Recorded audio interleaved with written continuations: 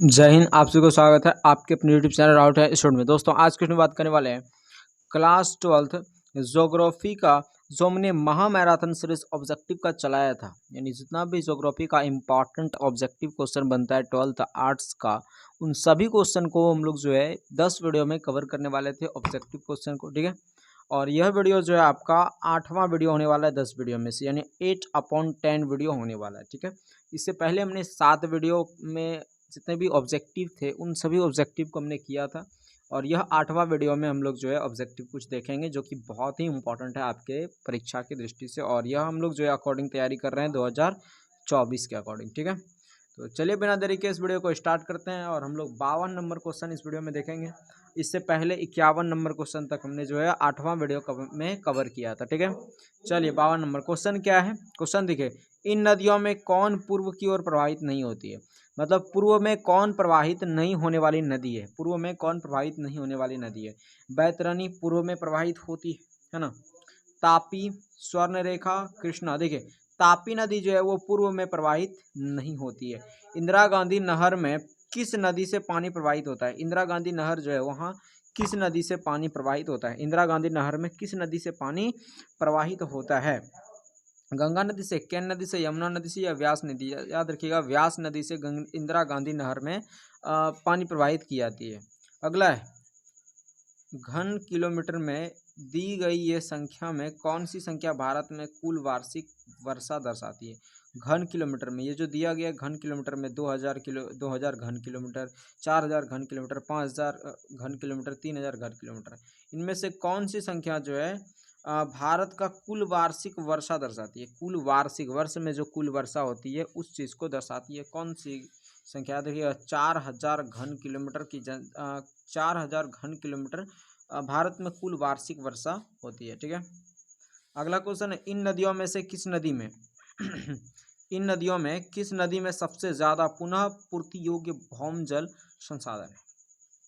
किस नदी में सबसे ज्यादा पुनः पूर्ति योग्य भौम जल संसाधन उपस्थित है। किस नदी में, है ना। मोस्ट इंपॉर्टेंट क्वेश्चन है। इसका राइट आंसर हो जाएगा गंगा। गंगा नदी में क्या है, पुनः पूर्ति योग्य भौम जल संसाधन उपस्थित है। देश में प्रयुक्त कुल जल का सबसे अधिक समानुपात किस सेक्टर में है। देश में जितने भी जल उपस्थित है उन सभी में से कुल जल का सबसे अधिक समानुपात समानुपात किस सेक्टर में स्थित है। किस सेक्टर में स्थित है। घरेलू उपयोग में, सिंचाई में, उद्योग में, या कोई नहीं। देखिए सिंचाई में ज़्यादातर इसका जो क्या बोलते हैं, पानी यानी जल का जो सबसे अधिक उपयोग होता है, समानुपात उपयोग होता है इसका, वो सिंचाई में ही अधिकतम उपयोग देखने को मिलता है। ठीक है, अगला क्वेश्चन है। देखिए अगला क्वेश्चन हम लोग देखते हैं 57 नंबर क्या दे रखा है। दे रखा है कि दक्षिण भारत राज्यों में से किस राज्य में भौम जल उपयोग प्रतिशत में इसके कुल संभाव्य से ज़्यादा है। दक्षिण भारतीय राज्यों में से किस राज्य में भौम जल उपयोग प्रतिशत में इसके कुल जल संभाव्य से ज़्यादा है। किस राज्य में, है ना। तो इसका राइट आंसर हो जाएगा तमिलनाडु में। तमिलनाडु में जो है क्या है, तो भौम जल उपयोग परसेंटेज में अत्यधिक है। ठीक है, मतलब संभावना से ज़्यादा है वहाँ पे। किस राज्य में प्रमुख तेल क्षेत्र स्थित है। किस राज्य में प्रमुख रूप से तेल क्षेत्र स्थित है, वो असम में। असम में जो है प्रमुख तेल क्षेत्र स्थित है। कौन सा खनिज भूरा हीरा के नाम से जाना जाता है। भूरा हीरा के नाम से कौन सा खनिज को जानते हैं हम लोग, याद रखिएगा लिग्नाइट। लिग्नाइट को हम लोग भूरा हीरा के नाम से भी जानते हैं। ठीक है, अगला क्वेश्चन है, ऊर्जा का अनवीकरणीय स्रोत क्या है। ऊर्जा का अनवीकरणीय स्रोत क्या है। जल, सौर ऊर्जा, पवन ऊर्जा या तापीय ऊर्जा। याद रखिएगा तापीय ऊर्जा यानी ताप ऊर्जा जो है वो क्या है, अनवीकरणीय स्रोत है ऊर्जा का। किस स्थान पर पहला परमाणु ऊर्जा स्टेशन स्थापित किया गया था। सबसे पहला परमाणु ऊर्जा स्टेशन कहाँ स्थापित किया गया था, और ये कई बार आपके एग्जाम में बन चुका है और सबको पता होगा भाई, ये तारापुर में सबसे पहले हुआ था, है ना। अगला क्वेश्चन है, लौहयुक्त खनिज इनमें कौन है। मतलब जिसमें लोहे की मात्रा रहती है, लोहा जिससे निकलता है ना। लौह युक्त खनिज इसमें से कौन है जिसमें लोहे की मात्रा विद्यमान रहती है।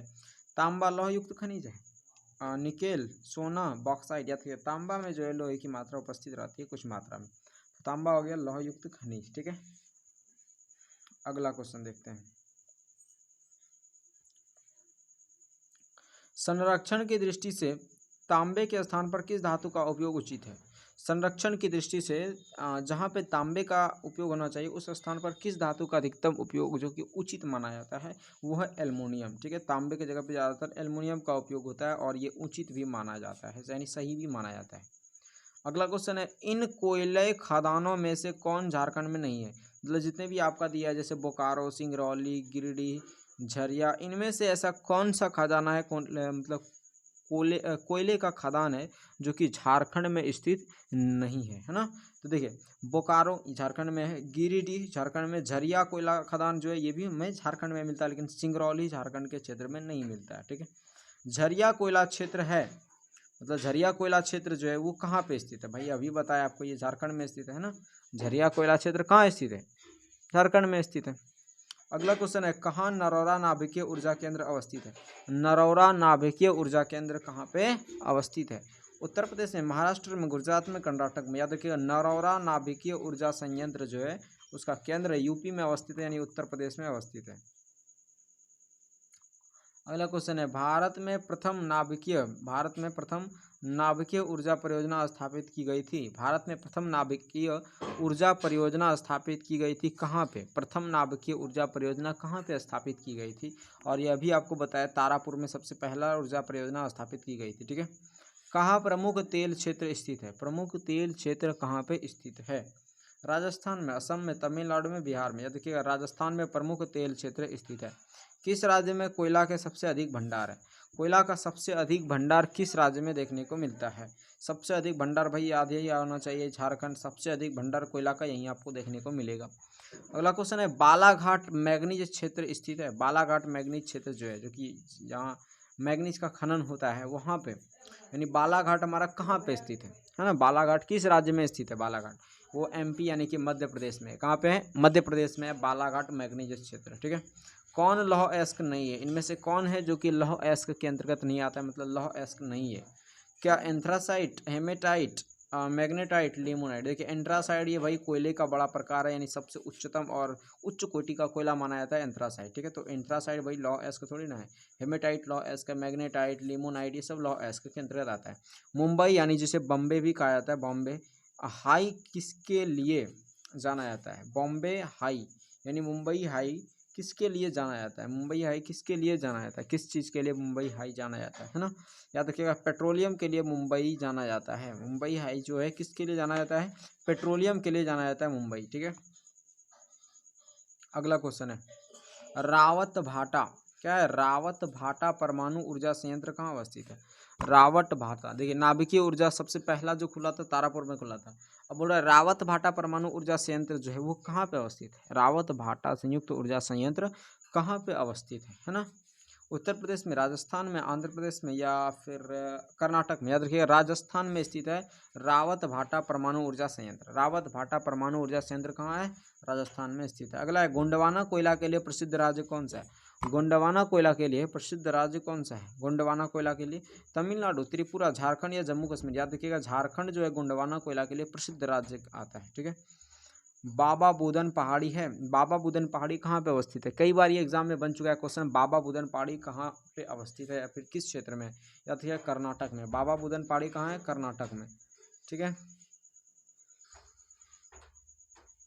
अगला है, ऊर्जा का गैर परंपरागत स्रोत है। ऊर्जा का गैर परंपरागत स्रोत इनमें से कौन है?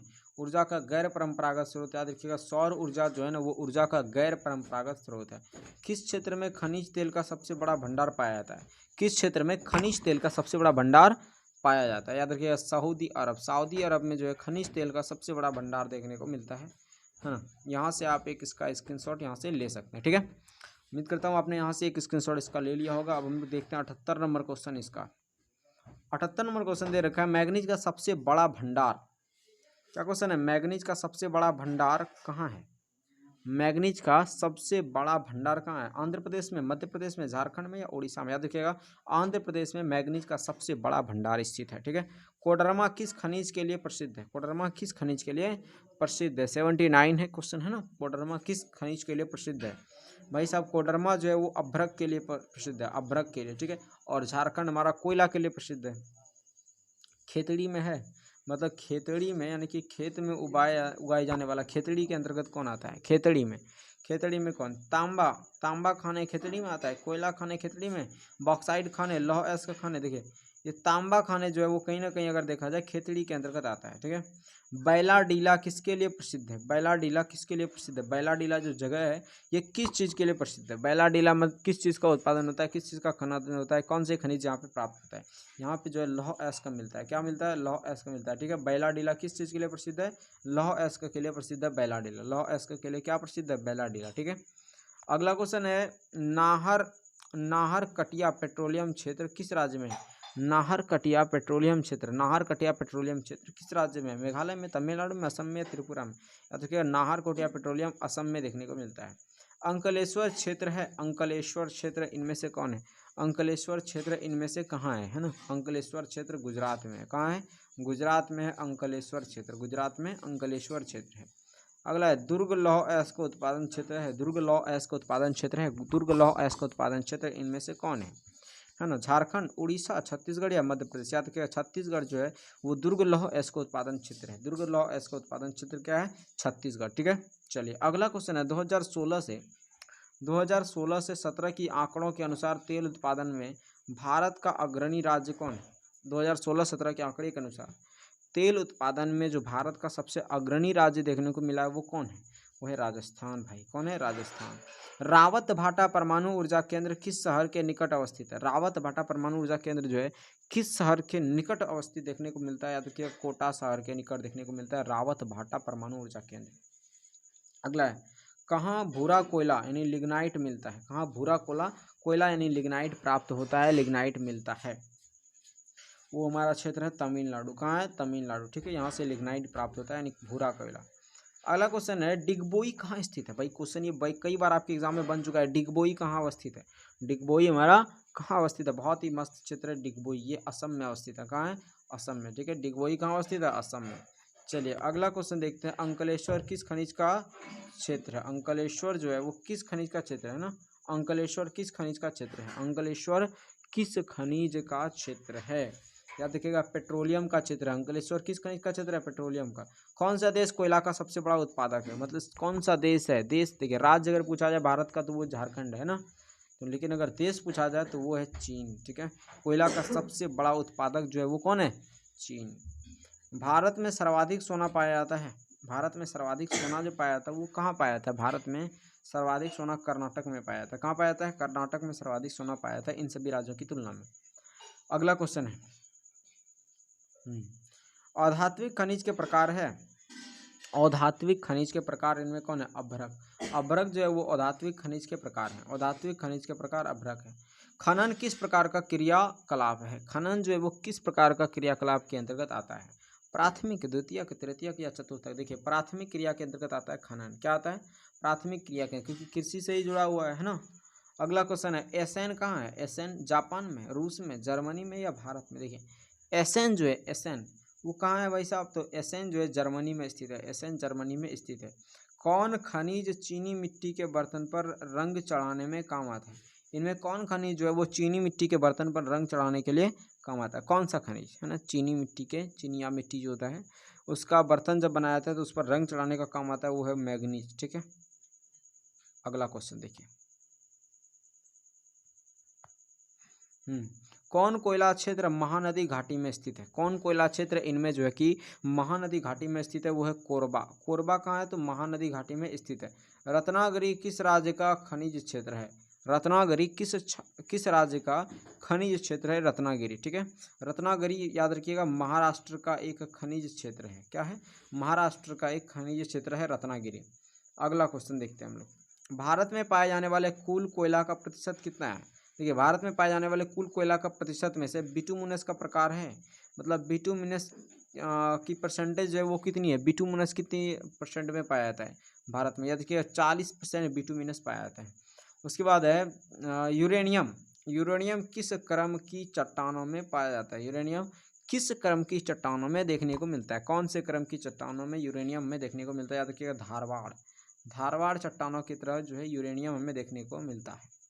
अगला तेल शोधनशालाओं में कौन उत्तर भारत में नहीं है? इनमें तेल शोधनशालाओं में कौन उत्तर भारत में नहीं स्थित है? वो याद रखिएगा वो है चेन्नई, ठीक है। कौन है? चेन्नई। तो यहाँ से हमारा क्लियर हुआ ये 100 क्वेश्चन तक, ठीक है। तो हमने टोटल जो कवर कर लिया यानी 400 क्वेश्चन हम लोग कवर कर चुके हैं, ठीक है। 100 क्वेश्चन और बचा है जो कि 2 वीडियो में और आपका कवर हो जाएगा वो 100 क्वेश्चन, ठीक है। तो मिलते हैं हम लोग अगले वीडियो में, तब तक के लिए जय हिंद जय भारत।